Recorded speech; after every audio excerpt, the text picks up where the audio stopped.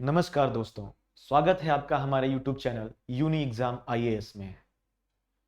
आज हम अपने चैनल पे एक नया सेगमेंट शुरू कर रहे हैं जो आपके यूपीएससी के सिलेबस एथिक्स और एसे में काम आएगा।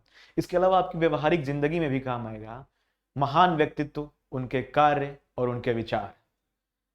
इस सेगमेंट की शुरुआत करते हैं हम भारत में युवाओं के सबसे बड़े प्रेरणा स्रोत स्वामी विवेकानंद के, जो स्वतंत्रता के पूर्व से ही युवाओं के प्रेरणा स्रोत रहे हैं और आने वाले कई सौ कई हजार वर्षों तक युवाओं के प्रेरणा स्रोत बने रहेंगे। नरेंद्र से विवेकानंद बनने की यात्रा अपने आप में आसान नहीं थी। नरेंद्र से विवेकानंद बनने के लिए खुद को जीवन ज्वाला में तपाना पड़ता है, त्याग करना पड़ता है, तपस्या करनी पड़ती है, तभी कोई नरेंद्र से विवेकानंद बनता है। दोस्तों, नरेंद्र का जन्म 12 जनवरी 1863 को हुआ था। उनकी माता का नाम भुवनेश्वरी देवी था और उनके पिता का नाम विश्वनाथ दत्त था। उनका जन्म कलकत्ता में हुआ था और उनके गुरुजी का नाम श्री रामकृष्ण परमहंस था। नरेंद्र जब छोटे थे तो उनको घर में ही बहुत जिज्ञासु और धार्मिक और आध्यात्मिक माहौल मिला था। तो नरेंद्र शुरू से ही धर्म परायण हो गए थे और उनके भीतर ईश्वर की खोज की ललक लग गई थी। वो घंटों ध्यान में बैठा करते थे और ईश्वर की खोज किया करते थे। एक बार की बात है कि वो ध्यान में बैठे थे और ध्यान में बैठते समय अचानक से उनके घर में एक सांप निकल आता है। सांप के निकल आने के बाद उनके साथ के जो सारे बच्चे थे वो डर के भागने लगते हैं, पर नरेंद्र चुपचाप ध्यान मग्न बैठे थे, अविचलित और निष्कंप, मतलब बिना कपे बिना विचलित हुए वो ध्यान में बैठे हुए रह गए थे। नरेंद्र जब बड़े हुए तो उनके दिमाग में सिर्फ एक ही प्रश्न आता था कि ईश्वर कहाँ है। वो हर व्यक्ति से पूछते थे कि ईश्वर को क्या आपने देखा है, क्या आपने ईश्वर से मिला है। हर व्यक्ति उनको छोटा बच्चा समझ करके उनको माफ कर देता था या रिप्लाई नहीं कर पाता था। फिर जाकर किसी ने उनको कहा कि ऐसा है कि तुम रामकृष्ण परमहंस से मिलो, वो ही तुम्हें इसका सही आंसर दे पाएंगे। नरेंद्र दौड़े दौड़े जाते हैं और रामकृष्ण परमहंस से पूछते हैं कि क्या आपने ईश्वर को कभी देखा है। रामकृष्ण परमहंस मुस्कुराते हैं और कहते हैं कि हाँ बिल्कुल, मैंने ईश्वर को उसी तरह देखा है जिस तरह से मैं तुम्हें देख रहा हूं। मैंने ईश्वर से उसी तरह बात की है जिस तरह से मैं तुमसे बात करता हूं। नरेंद्र आश्चर्यचकित रह जाते हैं कि ये व्यक्ति या तो मुझसे मजाक कर रहा है या मुझे बालक समझ करके मुझे यहां से टरकाना चाहता है। लेकिन जिस सहजता से, जिस गंभीरता से रामकृष्ण परमहंस उनको बताते हैं, नरेंद्र के दिमाग में ये बात आ जाती है कि इस व्यक्ति से ही मुझे सच्ची जानकारी मिलेगी। नरेंद्र प्रारंभ में उनका शिष्यत्व ग्रहण नहीं करते हैं, उनके डिसिपल नहीं बनते हैं, काफी सोच विचार करते हैं, उनका परीक्षण करते हैं और फिर वो रामकृष्ण परमहंस के शिष्य बन जाते हैं। यही से शुरू होती है नरेंद्र की आध्यात्मिक यात्रा। पर इस आध्यात्मिक यात्रा का सबसे बड़ा पड़ाव और सबसे जो ऐतिहासिक क्षण आता है वो आता है शिकागो धर्म सम्मेलन 11 सितंबर 1897। 11 सितंबर 1897 में जब वो विश्व धर्म सम्मेलन में जाते हैं शिकागो में, तो सभी लोगों ने अपने अपने धर्मों के बारे में जो कुछ कहा वो सब उन्होंने सुना। पर जब वो जाते हैं और उन्होंने पहली ही लाइन जो कही कि मेरे अमेरिका के प्यारे भाइयों और बहनों, इसी बात पर इतनी तालियां बजती हैं कि अभी की पीढ़ियां हैरान रहती हैं कि आखिर प्यारे भाइयों और बहनों में ऐसा क्या था कि इतनी बड़ाई हुई और इतनी तालियां बजी। ऐसा था क्योंकि यह वह दौर था जबकि औद्योगिक क्रांति थी और साम्राज्यवाद अपने चरम पर था, जबकि लेडीज एंड जेंटलमैन हुआ करते थे, जबकि ब्लैक और व्हाइट हुआ करते थे। तब विवेकानंद वहां जाते हैं और कहते हैं कि मेरे प्यारे भाइयों और बहनों। प्यारे भाइयों और बहनों का कहने का मतलब ही है कि हमारी संस्कृति में जो उदारता है, हमारी संस्कृति में जो विश्व बंधुत्व है, वही महान है। विवेकानंद अपने उस भाषण में हमारी संस्कृति का प्रतिनिधित्व करते हैं और बताते हैं कि हमारी संस्कृति में शुरू से ही कहा गया है कि उदार चरिता नाम तु वसुधैव कुटुंबकम। उदार चरित्र वालों के लिए पूरी वसुधा ही कुटुंब है। और वहां से स्वामी विवेकानंद एक ऐसे युवा सन्यासी के रूप में पूरे विश्व में स्थापित होते हैं जो कि भारतीय सनातन संस्कृति का प्रतिनिधित्व करता है और सार्वभौमवाद को अपने साथ लेकर चलता है, विश्व को अपने साथ लेकर चलता है। आइए हम जानते हैं विवेकानंद के विचारों के बारे में। स्वामी विवेकानंद और धर्म। धर्म पर स्वामी विवेकानंद का क्या विचार था? स्वामी विवेकानंद का मानना था कि नर सेवा ही नारायण सेवा है, नर सेवा ही नारायण सेवा है।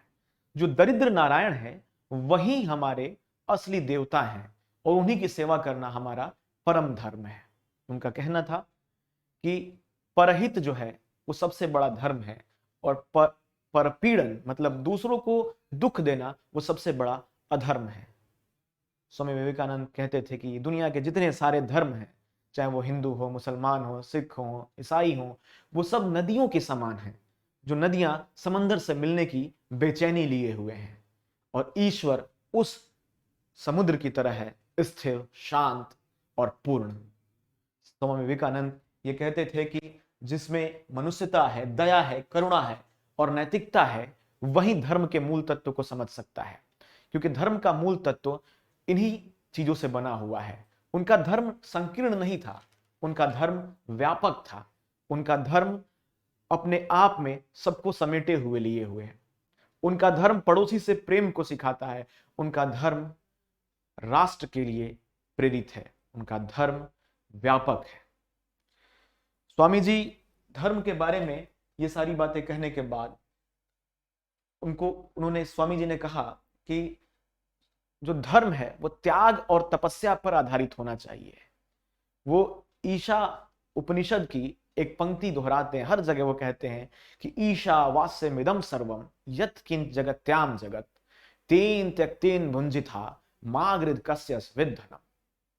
मतलब इस संसार में जो कुछ भी चीजें हैं उसका त्यागपूर्ण भोग करना चाहिए, क्योंकि हर जगह ईश्वर व्याप्त है। स्वामी जी का धर्म गीता पर आधारित है। स्वामी जी गीता का उदाहरण देते हुए कहते हैं कि आपका सबसे बड़ा धर्म है आत्मा की उन्नति और उसके बाद दूसरों की उन्नति। इसके बाद हम जानेंगे कि स्वामी जी का राष्ट्रवाद क्या था। स्वामी जी का राष्ट्रवाद धर्म पर ही आधारित था। उनका राष्ट्रवाद यह था कि वो राष्ट्र को एक इकाई मानते हैं, पर उसका जो मूल इकाई है, जो उसका मूल तत्व है, वह व्यक्ति है। जब तक से कि व्यक्ति में सुधार नहीं होगा तब तक से किसी राष्ट्र का उत्थान नहीं हो सकता है। अतः वो व्यक्ति पर फोकस करते हैं कि जब तक हम व्यक्ति को उन्नत, स्वस्थ, प्रगतिशील और मस्तिष्क से सशक्त नहीं बनाएंगे तब तक से राष्ट्र नहीं बन सकता है, क्योंकि किसी भी राष्ट्र की मूल इकाई व्यक्ति है। स्वामी विवेकानंद पश्चिम के समाज शास्त्रियों की तरह समाज पर फोकस नहीं करते हैं, वो व्यक्ति पर फोकस करते हैं। कहते हैं कि व्यक्ति से समाज बनता है और समाज से राष्ट्र बनता है, तो इसलिए व्यक्ति को अपना उत्थान करना चाहिए। अगर व्यक्ति का उत्थान होता है तो समाज का उत्थान होगा और राष्ट्र का उत्थान होगा और अंततोगत्वा विश्व का उत्थान हो सकता है। तो स्वामी जी का राष्ट्रवाद भी बहुत संकीर्ण नहीं है। उनकी राष्ट्रवाद में भी व्यक्ति ही इकाई रह गया है। जो आजकल राष्ट्रवाद चल रहा है उसमें हमें स्वामी विवेकानंद के राष्ट्रवाद के तत्व को खोजना होगा कि स्वामी जी का राष्ट्रवाद क्या है। वो कहते हैं कि जब तक से भारत के लिए सारे व्यक्तियों का उत्थान नहीं होगा तब तक से भारत का राष्ट्र सशक्त नहीं हो सकता है। उन्होंने बहुत ही अच्छे से लोगों को समझाया कि आगामी 50 वर्षों तक अपने सारे देवी देवताओं को भूल जाओ और केवल एक ही आराध्य रखो, और वो आराध्य होना चाहिए भारत माता। और आपके 33 करोड़ देवी देवता जो हैं वो हमारे 33 करोड़ भारतवासी हैं, वही आपके चलते फिरते देवता होने चाहिए और भारत माता सिर्फ आराध्य होनी चाहिए।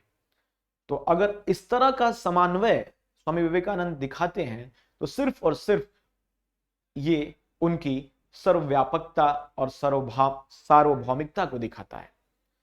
तो स्वामी विवेकानंद का राष्ट्रवाद राष्ट्र के लिए है, व्यक्ति के लिए है और सबसे बड़ी बात मनुष्यता के लिए है। स्वामी विवेकानंद का राष्ट्रवाद सीमित नहीं है, संकीर्ण नहीं है, उनका राष्ट्रवाद व्यापक है। स्वामी विवेकानंद,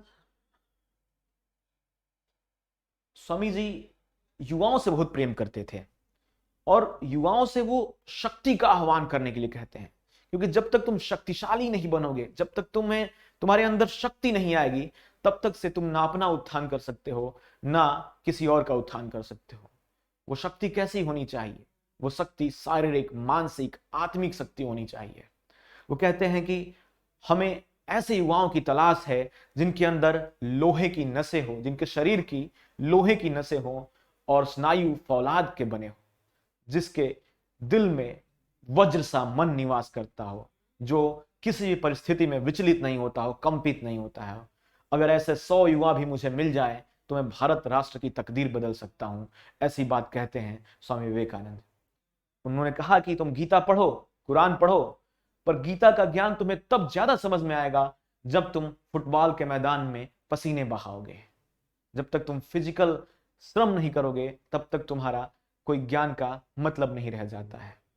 युवाओं को उन्होंने आत्मगौरव और आत्मविश्वास सिखाया।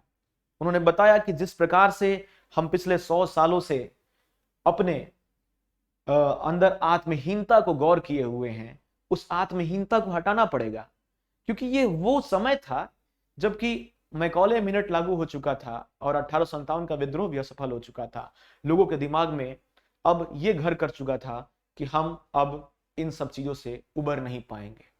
तब स्वामी विवेकानंद ने अपने प्राचीन गौरव को याद दिलाया और कहा कि अगर भविष्य का निर्माण करना है तो अपने प्राचीन गौरव को याद करना पड़ेगा, क्योंकि जब तक हम आत्महीनता की जो औषधि है वो सिर्फ और सिर्फ आत्मसम्मान है।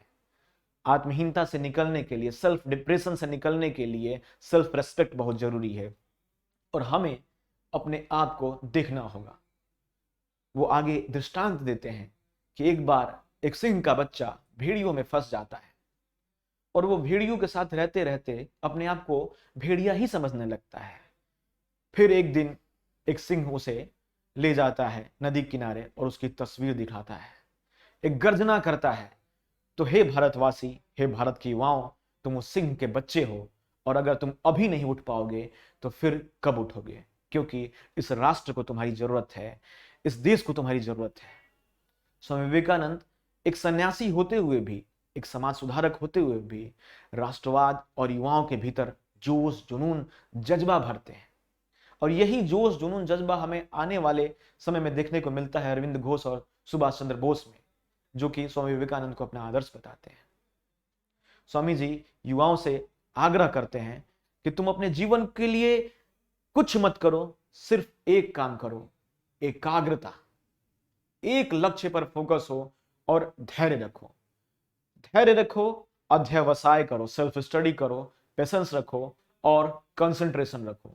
सिर्फ इन्हीं सब चीजों से तुम अपने लक्ष्य की प्राप्ति कर सकते हो। जब उनसे पूछा गया कि आप युवाओं के लिए क्या सीख देना चाहते हैं या कुछ ऐसी चीजें जो आपने अभी तक नहीं की और आप उनको सीख देना चाहेंगे, तो उन्होंने कहा कि अगर मुझे फिर से सीखने का मौका मिले, पढ़ने का मौका मिले, तो मैं बचपन से सिर्फ और सिर्फ एक चीज सीखना चाहूंगा। तो वो क्या है?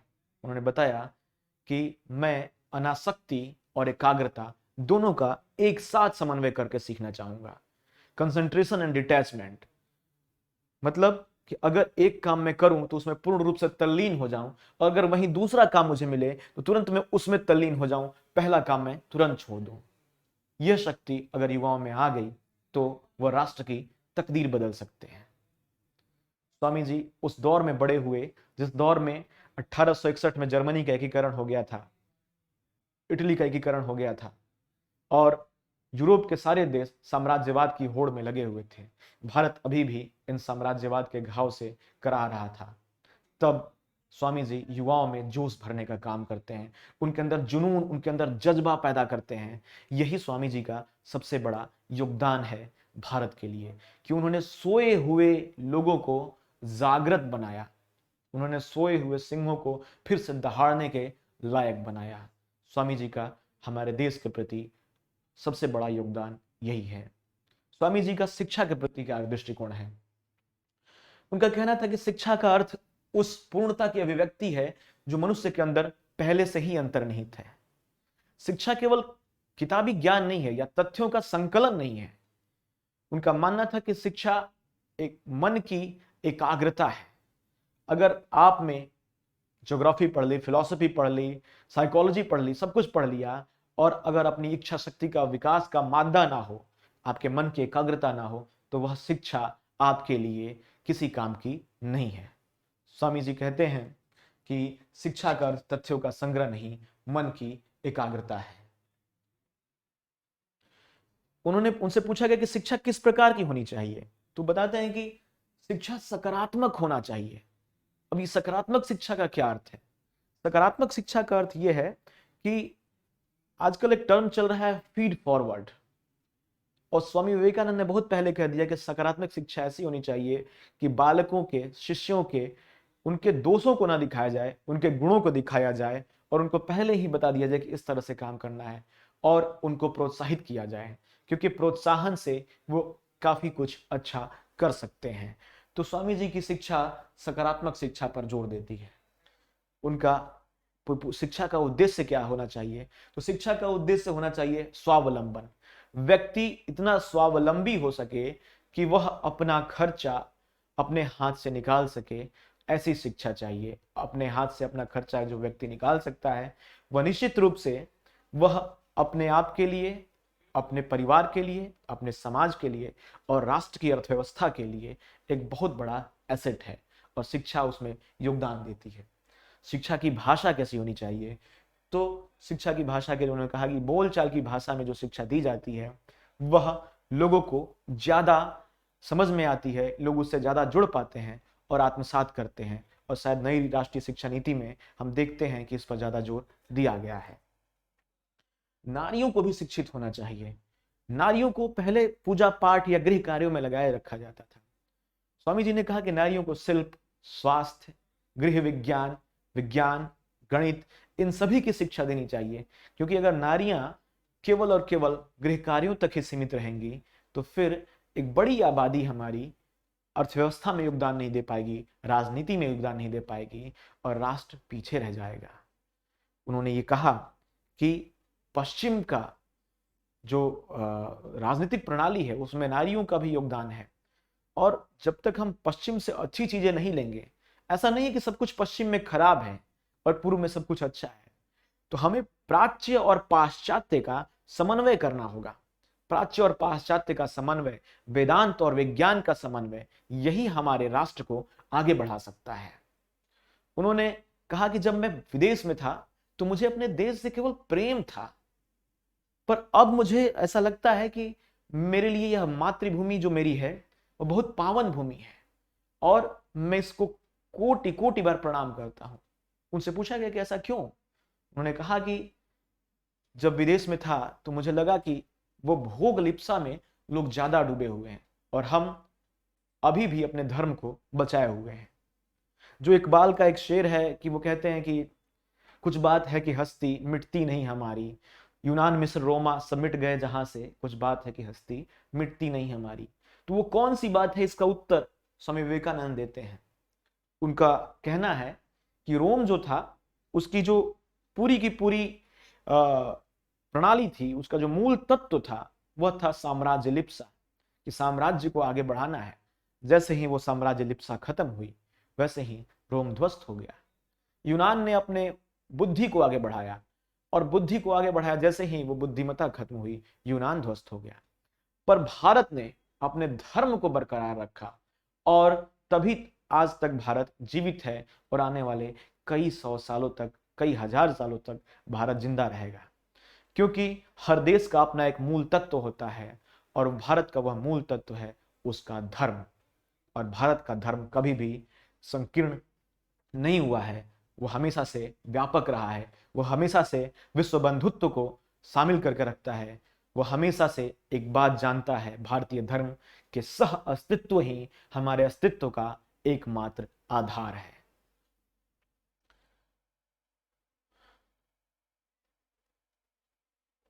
तो स्वामी जी का ये एक संक्षिप्त विचार, संक्षिप्त योगदान हमने आपके साथ डिस्कस किया, और हम उम्मीद करते हैं कि आपको ये हमारा सेगमेंट पसंद आया होगा, और आने वाले समय में हम अन्य विचारकों के कार्य और विचार आपके सामने लेकर आएंगे। तो बने रहिए हमारे साथ। यूनी एग्जाम IAS आपको कंटेंट और कमिटमेंट दोनों देता है।